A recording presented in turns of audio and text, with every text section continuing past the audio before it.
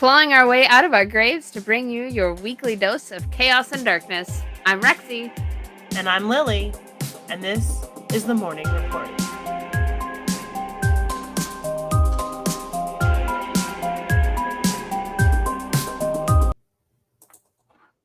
Hey, mourners. So we just wanted to let you know that the episode you're about to listen to is pretty heavy and pretty graphic. And just be aware of that. Yes. It might not be great for little ears. It might not be great to listen to if you don't want to hear that kind of thing. Hey, mourners. Hello. Hi, Lily. Hello, Rexy. What you doing? Trying to distract myself. From what? The ickiness that will ensue. Oh, yes. Yeah, that is about to happen. So we learned from last week to not do the fun, interesting, happy news story at the beginning. So we're going to dive right into the ickiness. Yeah, because we really wanted something happy at the end of this. So I swear there is an interesting thing to this case that's also coming. I don't believe you. We also are, gonna give you guys a happy fun thing at the end. Yes. Happy fun. And I haven't looked at it yet, so I don't know what kind of happy fun. So hopefully it's happy and fun. So hopefully, by the title, it definitely looks happy and fun. Okay. Okay. So we are here today to finish up our story about the Gilgo Beach Killer. Hey, you're gonna hate me, but I have to go to the bathroom. All right, go pee, and then we'll talk about it. So we are here for part 2. Between 2010 and 2015, the investigation was bogged down by corruption led by former Suffolk County Chief James Burke. Police Chief James Burke. He refused the help of the FBI with investigating the murders, demoted the lead investigator at one point, and forbid detectives who quit because of his corruption to share information with detectives who took over for them. Burke resigned in 2015 over beating and threatening to kill a guy by injecting him with an overdose of heroin, who stole a duffel bag from Burke. The DA working the case was kicked out because he was covering up what Burke was doing, and the day after Burke resigned, the FBI was brought onto the case. Icky. So I really don't even have any other words for this. It's just icky. January 16th of 2020, police get the first major clue about the possible killer in nearly a decade. A black leather belt embossed with the letters WH or HM. Officials say they thought the belt was handled by the suspect. You know whose last name starts with H? Hackett. Hackett. Yep. What if he's William Peter Hackett and only goes by Peter? Maybe. Or Wallace. Okay. Yeah, there's my name. Grummet.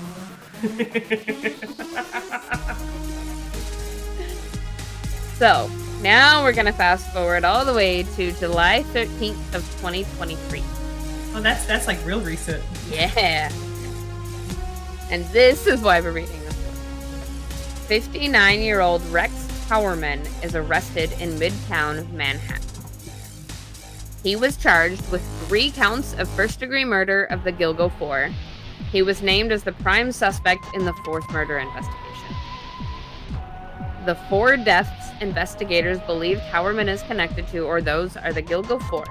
He is a married father of 2. He and his wife, Asa Ellerup, live in Massapequa Park, New York. Days ago. Weeks ago. Something like that. Like 2 weeks ago or something. Okay, so what's Rex? Hewerman? Hewerman? Hewerman. Hewerman. But what's Rex short for? William? Wallace? Gromit? Rex with a W? I don't know. WREX. So the evidence they have against Rex is I Rex don't like this. I need you to change your name for this episode. It's I'm reading through the story and there's a sentence that says evidence against Rex, and I'm like, it wasn't me. I it swear. wasn't me. Rex had a Chevy Avalanche at his place in Massapequa, like the one described by Costello's roommate, being driven by Costello's last client before she disappeared. Authorities also thought that Heuermann matched the description of ogre-like, which somebody has given. DNA from thrown-away pizza crust allegedly ties Heuermann to hair found on the burlap used to wrap up a body. It's not hard. Just throw your trash away if you're going to commit murder. Well, he did. Thrown-away pizza crust. Yeah, but not very well. I mean, Yeah. Don't throw it away near the scene. In your trash can? Throw it Don't away. give people good ideas. How'd you get away with murder? Oh, I was listening to this podcast. And she gave me some tips. Dang it.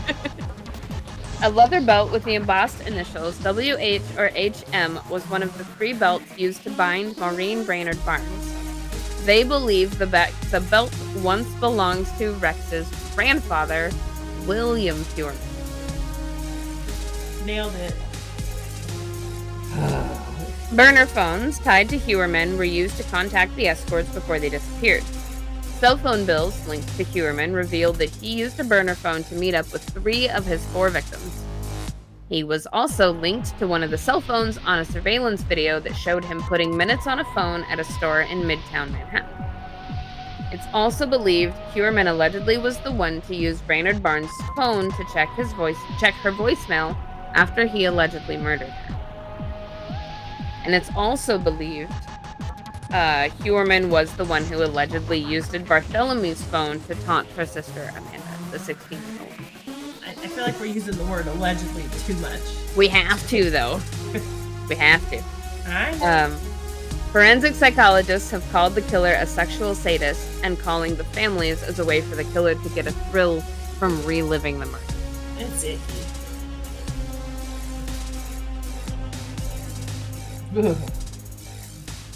I don't think I can talk to you for a couple days.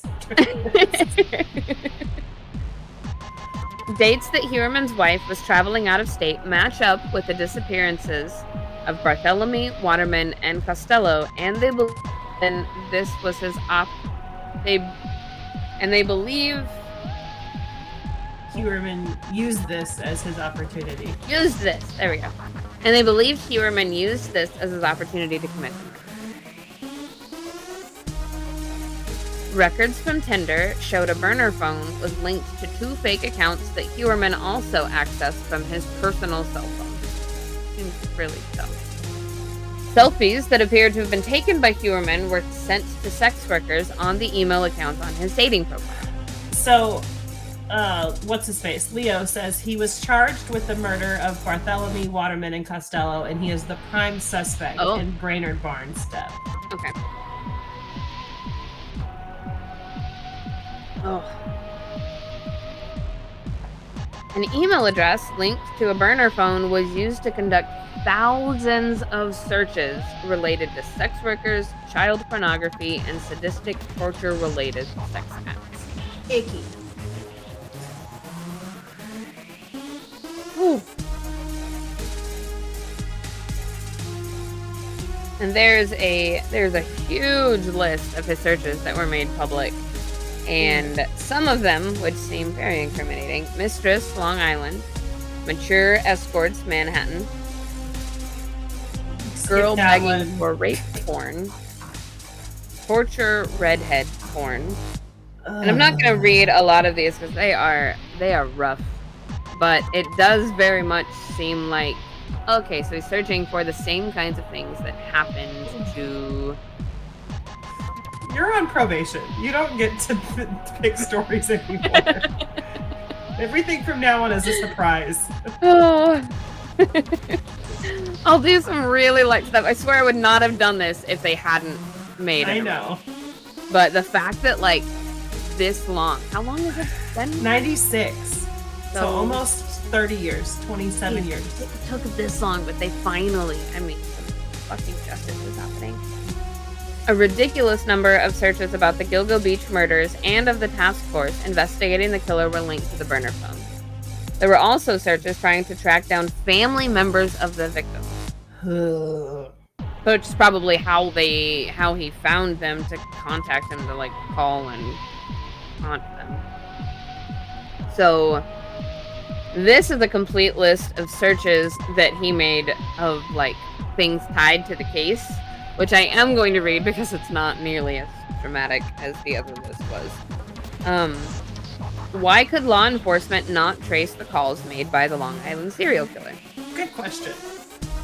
Why hasn't the Long Island serial killer been caught? Long Island serial killer. Long Island serial killer phone call. Long Island serial killer update. Inside the Long Island serial killer and Gilgo Beach. This man has an ego problem. Either he's, like, tripping out over the power, like, of all of this and getting all of the attention, or he's, like, paranoid as fuck, trying to figure out, like, how close they're getting. Not if they're pegging him as a sexual sadist. I think he's really It's gonna be an ego thing, yeah. In Long Island serial killer investigation, new phone technology may be key to break in case. So who's probably looking up how to get around that, I would think. FBI active serial killers. Serial killers by state 2023. Map of all known serial killers. Unsolved serial killer cases. America's 5 most notorious old cases. 11 currently active serial killers. 8 terrifying active serial killers we can't find. John Bitroff, Megan Waterman, Melissa Bartholomew, relative of Megan Waterman, relative of Melissa Bartholomew. Cops launch Gilgo Beach homicide investigation task force, mapping the Long Island murder victims. So he was following, like, this whole case. He knew exactly what they were doing, exactly how close they were getting, and it took them 30 years. An IP address used to book flights for Heuermann and his wife also acts as gilgonews.com, a website made to share updates on the case. DNA of Heuermann's wife was found on 3 of the victims' bodies. What? DNA testing on a water bottle from Heuermann's trash was found to be a match to a woman's hair found on a tape used to tie up Costello and Waterman, as well as the belt used to bind victim Maureen Brainerd Barnes' feet. So wait a second. Was she not actually out of town? Right? Was she helping? Also, his hair and DNA were also found on the body. Okay. But so was that just, like, trying to get her, like, an alibi for her? Is she in charge here? Me? I don't like it. Or either that, maybe they're working together, or maybe he's just stealing her stuff to use as... Maybe. That's what Leo says. He transferred her hair. Okay. But why? If we knew she was out of town, what does that do? If he's transferring her hair to do something for whatever reason. Right, and we know that she's out of town. Oh, accidentally. Oh, accidentally. See, this is... Oh, just by grabbing, like, the stuff to use, probably. Oh, okay. I'm too grossed out to think logically, apparently. It's okay. So, what about the other bodies found at Gilgo Beach? Because this is only 4, and they found them. Heuermann searched for John Bitroff, who is a convicted murderer and suspected serial killer, serving a 50-year sentence, but he wasn't put away until 2017. He was convicted of 2 murders of sex workers and dumped their bodies on Long Island. So, if we remember, there were 2 bodies found near Gilgo that were tied to remains of 2 bodies in Manorville, New York, some 40-plus miles away. Guess where Bitroff called home? Manorville. There's another serial killer rotting behind bars, Joel Rifkin, piece of shit, who is serving life in prison for the murder of 9 women between 1989 and 1993, though he's suspected of killing as many as 17 women. He targeted sex workers and lived only 17 miles away from Gilgo Beach in East Meadow, Long Island. This hasn't been classified as evidence yet, but there have been creepy dolls that have been left at memorial sites of the Gilgo Four. Ew. Yeah. A child-sized doll kept in wooden and glass cases has some resemblance to the dolls taken from Huerman's house following his arrest. Some think it resembles an Icelandic doll, and since his wife Asa is from Iceland, they think it might be hers, and there's nothing nefarious about it. Or it could be all the nefarious. Or maybe, yeah. Rex Huerman's ties to other states hold the possibility of more murders being tied to him, too. Yay, there's more. For a long time, murders pinned on the eastbound strangler in Atlantic City, New Jersey were thought to possibly be done by whoever did the Long Island killings, but that has been ruled out for now. Huerman does have ties to timeshares in Las Vegas, and some have called for unsolved rapes and murders in Vegas to be looked at in connection with Rex. In Chester County, South Carolina, the Sheriff's Department is working with Suffolk County Police in connection with another Chevy Avalanche that Rex gave his brother Craig in 2015, who lives in Chester County. They impounded the truck and are now trying to figure out if the Long Island Avalanche or the South Carolina Avalanche was the one identified by the witness.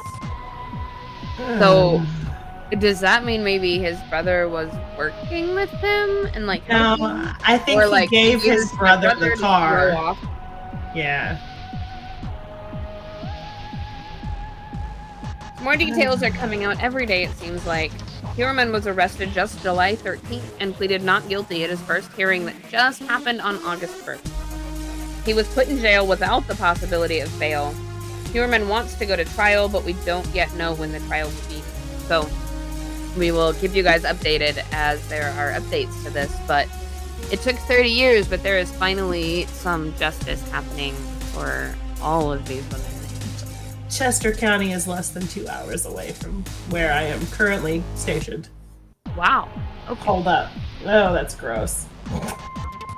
Everything's icky. Everything is icky. Ugh. Yeah, I am very glad that we saved the news article for the end of this. We need something to cleanse our palate now. But I told you there was an interesting update to the case. We've caught somebody. Hopefully, fingers crossed. Fucking got the guy, and hopefully it is him. I just feel bad for the other 6 victims that have nothing. Right. Okay. Not yet. Not yet, but they're solving cold cases all the time. All the time. Like, that should just be its own branch of the government. Like, there should be the FBI, the CIA, and cold cases.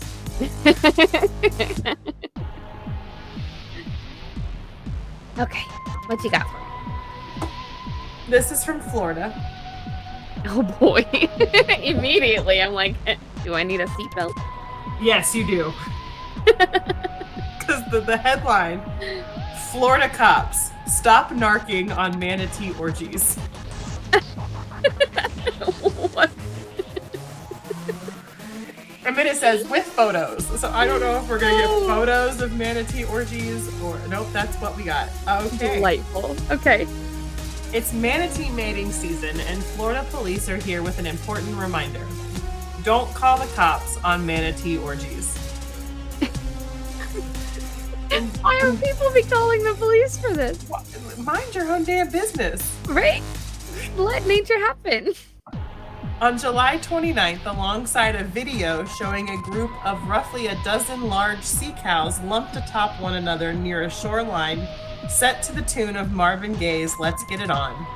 The Pinellas County Sheriff's Office wrote on Facebook asking people to give a little privacy to herds of manatees actively knocking flippers. Knocking flippers. Hold on. Okay, because we're gonna do something real quick. What do we do? No, give it. Okay. Just, okay. Refresh. This one. This one. Ooh. Coming. Oh, yeah. So that's some manatees. Don't call us. They are more than Ooh. fine. It's mating season. Wow. Nice. Okay. Yeah. Well, that's really cool. I've never seen that before. Okay, so quit calling the cops. Manatees are just trying to make babies. They're struggling. Let them do it. Yeah, they're endangered, man. Like, let them make all the babies they can get. We get calls all the time from citizens when they see this, believing the manatees are in distress. Oh. We can assure you they are more than fine. Okay, so people are worried. Although Florida's beloved manatees get it on year-round, mating herds are most commonly seen during the steamy summer months. In shallower waters, the effect can be quite dramatic, with churning waters and flailing flukes and flippers, notes the nonprofit group Save the Manatee Club. The activity can attract onlookers who are either curious about the commotion or concerned that the manatees in the estrus herd are injured, stranded, or in distress. The nonprofit says on its website, this is natural behavior. You know, just here we go. That's pretty great. Oh, there's. That's just a picture. If you see that, just ignore it. Right, just go leave away. them alone. They're okay. They're happy. Typically running from March through September, mating season is vital for Florida's manatee population, which saw a mass die-off in 2021, and despite fatalities slowing, has struggled to recover. And in 2021, more than 1,100 manatees perished, making the highest Florida death toll recorded in a single year. The die-off was deemed an unusual mortality event, a rare designation that demands immediate attention under the Federal Marine Mammal Protection Act. In 2022, the annual death toll was estimated to have decreased to around 800. And this year, nearly 400 manatees have died so far. On social media, the sheriff's office reminded people that touching or disturbing the large manatees is illegal and potentially dangerous. Interfering with the mating herds could disrupt their natural behavior and jeopardize the reproductive cycle. While known for their docile nature, the 1,000-pound creatures could also hurt someone who dares to venture into the frothy mating waters. That makes sense. They're 1,000 pounds. They squish you. Yeah, but a lot of people are disrupted. Their mating habits are disrupted if somebody's just standing there watching. That's true. The Florida Fish and Wildlife Conservation Commission's manatee rescue coordinator. So when a female manatee is in estrus, she is typically surrounded by a group of males who squirm around and shove each other while vying for prime mating position, often in the shallows. And then Florida manatees' gestation period is roughly 1 year. And then mother manatees rear calves for 1 to 2 years, showing them travel routes and feeding spots before the youth set out on their own. Save the Manatee says that if you stumble across a manatee mating herd, do not approach or touch them, but watch from a respectful distance. You know, the golden rule. And if you see someone bothering a mating herd of manatees, the Florida Fish and Wildlife Conservation Commission asks that you call 888-404-FWCC or your local wildlife agency. So there you go. What's that number again? 888-404-3922.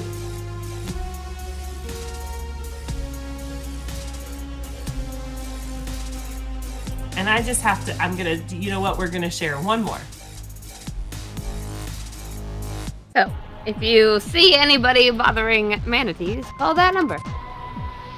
And say, hey, there's some assholes on the beach. Arrest them. Well, I mean, do a better job than that. Yeah, look at those giant creatures. They will squish you. You'll be dead so fast. I don't want to hurt you, but they will squish you. No, your peeping Leo is not respectable. You don't live near manatees. So that's it. That's our happy. I like it though. That's pretty Do cool. you know that our ticker is the traveling bantha? Oh, no, I didn't. I just did that. There we go. I saw the word galaxy and I was like, that's not us. That's not us. I wish it would let me have 2 tickers at the same time. I probably should have made the phone number the big banner instead. It would have been easier to see. But... Oh well. So there you go. Don't. What is this? Don't bug the manatee. What'd you have? Oh, I thought it was a link. It's not. Oh, okay. It says official manatee sex footage from the Florida Fish and Wildlife Conservation Commission, and I thought it was a link, and I got real excited, and then realized how weird that was. So I'm gonna be over here. Nature's cool. Nature is cool. Yeah. So, thanks for sticking with us. If you got this far, it got better. See, and I told you it would. And next week is going to be even better. So make sure you come back next week for more of whatever we have going on. When I tell my friends, hey, I have a podcast, it's about random shit. And I go, it's usually just utter chaos. So if you want to learn something, I would listen, but don't count on learning something. Right. Like, we probably always have some interesting facts sprinkled in, but there's a lot of bullshit. It's just usually me and Rex, not the bad Rex. This is Rexy. That's the difference here. It's usually just me and Rexy getting caught up and cracking jokes because it's delightful. The only time I see her because she lives far away. So far away. Stupid Steve. Man. But until next week, this has been the Morning Report. The Morning Report.